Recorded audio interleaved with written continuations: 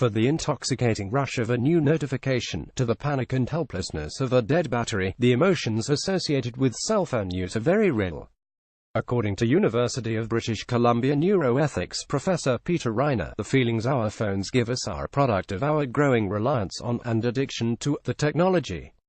Many people do profess great anxiety when they're away from the phone, Reiner told host Dan Barrett on CBC's BC Almanac. In fact, studies suggest that excessive cell phone use has significant mental health consequences, including mood changes, insomnia, and even depression. So how can you free yourself of the adverse health effects of your buzzing smartphone? According to Reiner, a few simple lifestyle changes can work wonders for your mental health, but users will ultimately need to put pressure on big app developers to design less addictive technology. Smartphone apps have been designed to be highly addictive and never-ending, says a UBC neuroethics professor.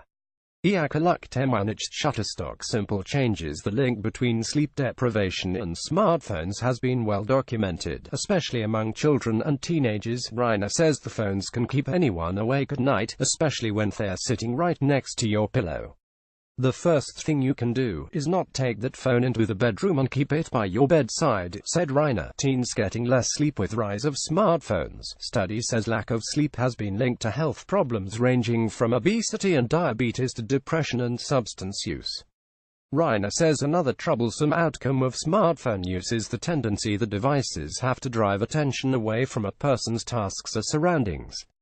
The second thing to remove as many of the notifications, all those sounds, as you can, said Reiner. If you watch people, as soon as a text comes in, they turn their head from whatever they are doing and immediately focus on that phone. It can take up to 5 minutes to refocus on a task once someone is distracted by a text message or notification, Reiner says.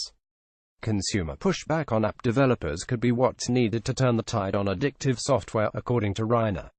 Shutterstock, or 01504 the infinite scroll, but most users are still held captive by app developers, according to Reiner. The most insidious attention grabber, the infinite scroll. When you're on FB or Instagram, you just continue to scroll and it never stops, and every time you swipe it, this new novel thing comes before you, said Reiner. Those kinds of intrinsic designs, if they were to modify them, it might help us. But it might not help the bottom line. Reiner says consumer pushback could play a role in the cultivation of software that is less addictive. In fact, Apple's major investors have even grilled the company for not doing enough to curb iPhone addiction. We think about all those apps as being free, but they're not free. We pay with our attention, and we pay with all those clicks on the ads, said Reiner. The neuroethics professor urges concerned social media users to urge major app developers to design software that is more friendly to the user's best interests.